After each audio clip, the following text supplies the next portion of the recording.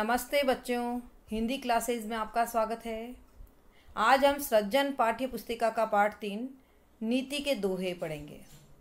कवि हैं रहीमदास जी। सबसे पहले रहीमदास जी का जीवन और साहित्य परिचय पढ़ेंगे। रहीमदास जी का जन्म सन 1556 ईस्वी में हुआ था और इनकी मृत्यु सन 1626 ईस्वी में हुई। रहीम का पूरा नाम अब्दुर रहीम खानखाना था। इनके पिता बैरम खां ने मुगल बादशाह हुमायूं की मृत्यु के बाद अकबर के संरक्षण में का दायित्व निभाया था। रहीम बचपन से ही साहित्य प्रेमी और बुद्धिमान थे। उन्हें अपने माता पिता से वीरता, राजनीति, दानवीरता तथा काव्य जैसे गुण विरासत में मिले थे। रहीम का व्यक्तित्व तो बहुत प्रभावशाली था। वे सामंजस्यवादी थे। श्री कृष्ण के प्रति भी उनकी अथाह श्रद्धा थी। उन्होंने अपने काव्य में रामायण, महाभारत, पुराण तथा गीता जैसे ग्रंथों के कथानकों एवं पात्रों का भी बेखूबी उल्लेख किया है। इनके काव्य में नीति, भक्ति, प्रेम और श्रृंगार का सुंदर समावेश मिलता है। रहीम को दोहा, सोठा, बरवे तथा सवैया छंदों में विशेष महारत हासिल थी। उनकी प्रमुख कृतियां हैं दोहावली, बरवे नायिका भेद, रास पंचाध्यायी, मद नाटक तथा नगर शोभा। अपने अनुभवों को उन्होंने जिस सरल शैली में व्यक्त किया वह अद्भुत है। प्रस्तुत पाठ में चयनित रहीम के दोहों द्वारा हमें परोपकार, सज्जनता, पर दुख कातरता, स्वाभिमान एवं लोक व्यवहार की सीख मिलती है। दीनों पर दया करने वाला दीन बंधु भगवान तुल्य होता है। मांगने से मनुष्य की महत्ता घटती है। उत्तम स्वभाव वाले मनुष्य को कुसंग दुष्प्रभावित नहीं करती। सज्जन परोपकार के निमित्त ही संपत्ति का संग्रह करते हैं। धनी पुरुष निर्धन होने पर अपने अतीत की चर्चा ऐसे करते हैं जैसे आश्विन मास के जल रहित बादल गरजते हैं। अच्छे लोगों के रूठने पर उन्हें मना लेना चाहिए। आँख से निकलने वाले आंसू घरभेदी की तरह हमारी व्यथा को जग जाहिर कर देते हैं। काम पड़ने व काम निकलने पर लोगों का व्यवहार भिन्न भिन्न होता है। अब हम रहीमदास जी के नीति के दोहे शुरू करने जा रहे हैं। पहला दोहा पढ़ूंगी। रहीमन देखी बड़ेन को, लगू न दीजिए डारी, जहाँ काम आवे सुई, कहा करे तलवारी। तलवारी का अर्थ है तलवार। बड़ेन का अर्थ यहाँ पे बड़े लोगों से लिया है। लघु का अर्थ छोटा होता है, छोटे लोगों के लिए लिया है। डारी का अर्थ होता है त्यागना। ठीक है, तो इस दोहे में रहीमदास जी ने पद में छोटे लोगों का हमारे जीवन में महत्व बताया है। रहीम देखिन बड़ेन को, लघु न दीजिए डारी। तो रहीमदास जी कहते हैं कि जब हमारी जान पहचान बड़े बड़े लोगों से हो जाए तब हमें छोटे साथियों को नहीं छोड़ना चाहिए, क्योंकि जहाँ काम आवे सुई, कहा करे तलवारी। अर्थात जहाँ कपड़े को सिलने के लिए एक छोटी सी सुई काम आती है, वहाँ तलवार का उपयोग नहीं लिया जा सकता है। अर्थात यहाँ पर कवि कहना चाहते हैं कि जो कार्य छोटे लोग कर सकते हैं वे बड़े लोग भी नहीं कर सकते। इसीलिए बड़े लोगों से संपर्क में आने पर हमें छोटे लोगों का साथ नहीं छोड़ना चाहिए। यहाँ दृष्टांत के माध्यम से बात समझाई जा रही है। दृष्टांत अलंकार है और अनुप्रास अलंकार है, क्योंकि डारी और तलवारी तुकांत वाले स्वर एक समान है। एके साधे सब सदे, सब साधे सब जाए, रही मन मूल ही सींची वो, फूले फले अगाए। साधे का अर्थ होता है साधना, किसी कार्य को साधना, और मूल ही का अर्थ होता है जड़, अघाय का अर्थ होता है भरपूर। ठीक है, तो रहीमदास जी कहते हैं कि हमें एक एक करके कार्य को पूर्ण करना चाहिए। यदि हम एक एक करके कार्य को पूर्ण करेंगे तो हम हर कार्य में सफल होंगे। सब साधे सब जाए, किंतु यदि हम बहुत से कार्यों को एक साथ करने का प्रयास करेंगे तो कोई भी कार्य हम ठीक से नहीं कर पाएंगे, हम सफलता को प्राप्त नहीं कर पाएंगे। रही मन मूल ही सींचिबो फूले फले अगाए। तो रहीमदास जी कहते हैं कि यदि हम पेड़ की जड़ को सींचेंगे तो उस पेड़ पर अनेक फूल और फल पा सकेंगे, और यदि हम उनके पत्ते को, टहनियों को सींचेंगे तो हमें कुछ भी प्राप्त नहीं होगा। तो इस दोहे से कवि हमें ये सीख दे रहे हैं कि हमें एक एक करके कार्यों को साधना चाहिए, पूर्ण करना चाहिए, तभी हम अपने लक्ष्य को प्राप्त करने में सफल हो पाएंगे। यहाँ पर काव्य की पंक्ति में स स स वर्ण बार बार आ रहा है, एक ही वर्ण बार बार आ रहा है, इसलिए अनुप्रास अलंकार है, और दृष्टांत के माध्यम से बात समझाई जा रही है, इसलिए दृष्टांत अलंकार है। कदली सीप भुजंग मुख स्वाति एक गुण तीन, जैसी संगति बैठिए ते सोई फल दीन। कदली का अर्थ होता है केला, भुजंग का अर्थ होता है सांप, तेसोई का अर्थ होता है वैसा ही, दीन का अर्थ होता है प्राप्त होता। रहीमदास जी ने इस दोहे में संगति का जीवन पर प्रभाव स्पष्ट किया है। वे कहते हैं कि स्वाति नक्षत्र में होने वाली वर्षा की एक बूंद अलग अलग जगह पर अलग अलग प्रभाव छोड़ती है। जैसे केले के पत्ते पर गिरती है तो कपूर बन जाती है, सीप में गिरती है तो मोती बन जाती है, और सर्प के मुंह में गिरती है तो विष बन जाती है। तो जैसी संगति बैठी है तेसोई फल देन। तो कवि कहना चाहते हैं कि व्यक्ति जैसी संगति में रहेगा उसे वैसा ही फल प्राप्त होगा।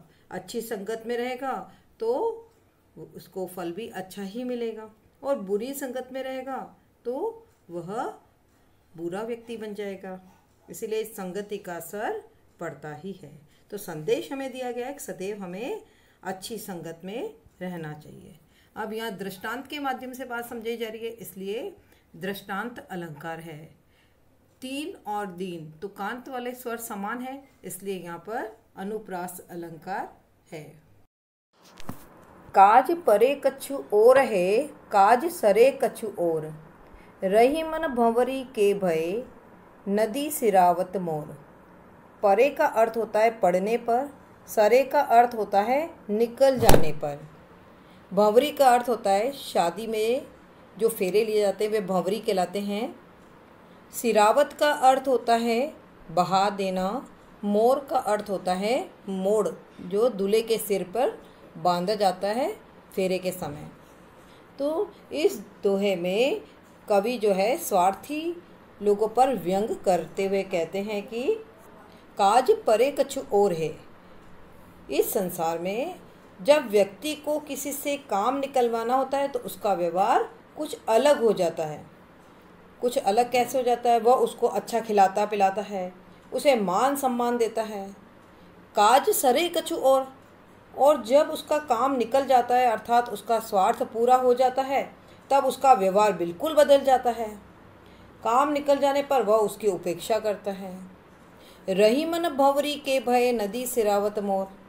तो रहीमदास जी कहते हैं कि जैसे विवाह में फेरे के समय जिस मोड़ को दूल्हे और दुल्हन के सिर पर बांधकर सम्मान दिया जाता है और जब विवाह संपन्न हो जाता है तो उसे नदी में बहा दिया जाता है, फिर उसका कोई महत्व नहीं रह जाता। उसी तरह से आज का व्यक्ति स्वार्थी हो गया है। जब उसको किसी से काम पड़ता है तो वह उसके साथ अच्छा व्यवहार करता है। तो स्वार्थी लोगों पर व्यंग किया गया है। इसमें अलंकार है, काज और कुछ एक ही वर्ण की आवृत्ति हो रही है, अनुप्रास अलंकार है, और दृष्टांत के द्वारा बात समझाई जा रही है, इसलिए यहाँ पर दृष्टांत अलंकार भी है। जो रहीम उत्तम प्रकृति, का करी सकत कुसंग, चंदन विश्व व्याप्त नहीं, लपटे रहत भुजंग। प्रकृति का अर्थ होता है स्वभाव, भुजंग का अर्थ होता है सर्प, कुसंग यानी बुरी संगत। तो इस दोहे में रहीमदास जी ने उत्तम स्वभाव वाले लोगों पर कुसंग का प्रभाव न पड़ने की बात की है और उसे प्रमाण सहित भी स्पष्ट करने का प्रयास किया है। तो कवि कहते हैं कि जो व्यक्ति उत्तम स्वभाव का होता है उस पर बुरी संगत का कोई प्रभाव नहीं पड़ता है। चंदन विष व्याप्त नहीं लिपटे रहत भुजंग।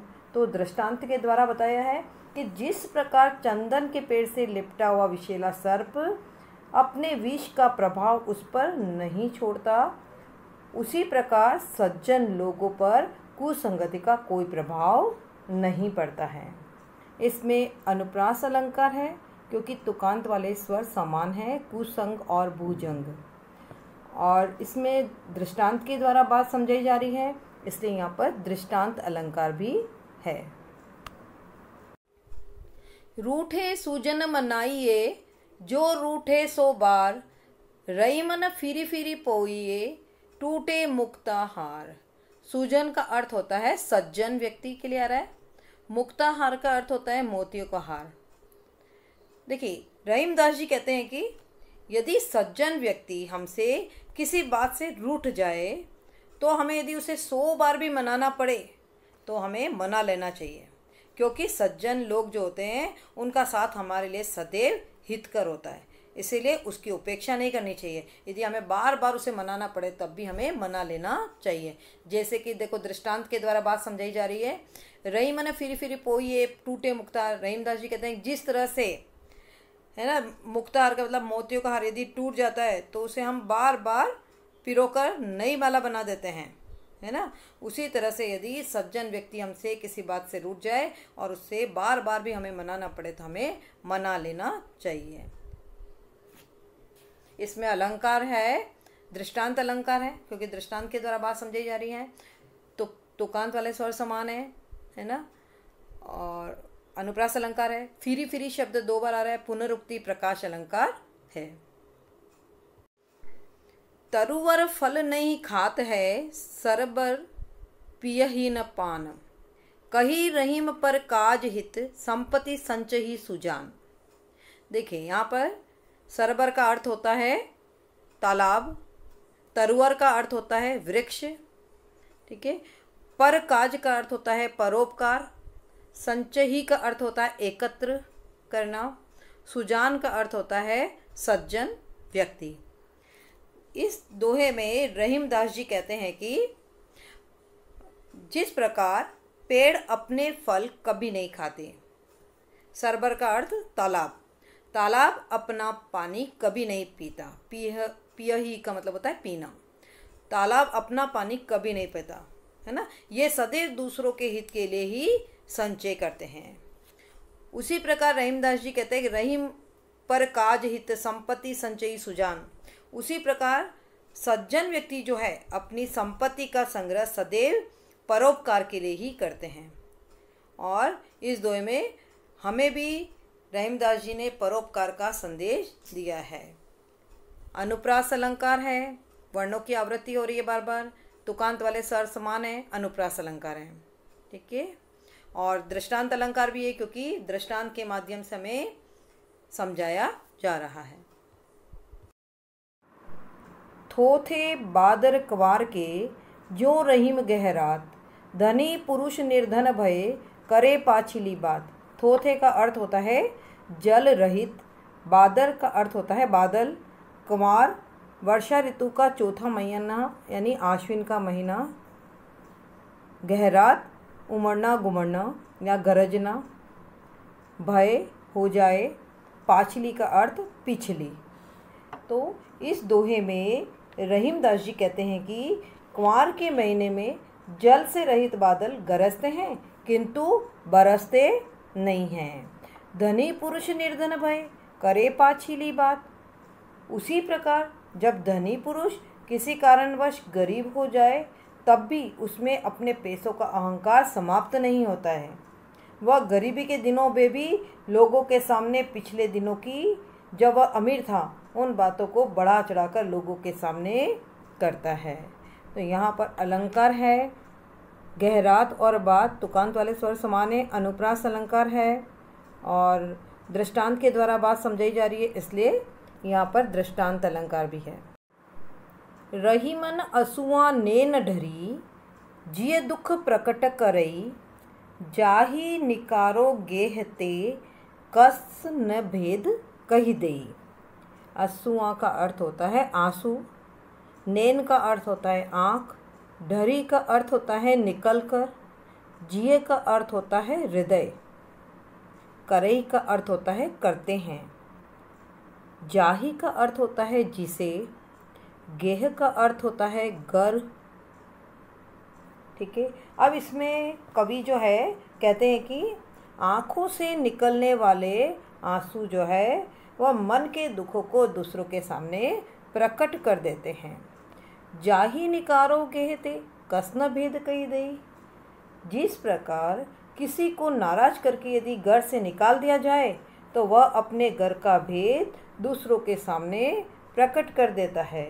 इसीलिए रहीम दास जी कहते हैं कि हमें अपने दुख के दिनों में धैर्य रखना चाहिए, है ना। रोकर लोगों के सामने अपने दुखों को प्रकट नहीं करना चाहिए, क्योंकि कोई हमारे दुख दूर तो नहीं करेगा बल्कि हमारी जग हंसाई और हो जाएगी। तो इसमें अलंकार है, अनुप्रास अलंकार है, करई और देई तुकांत वाले स्वर समान हैं, और दृष्टांत अलंकार है क्योंकि दृष्टांत के द्वारा हमें बात समझाई जा रही है।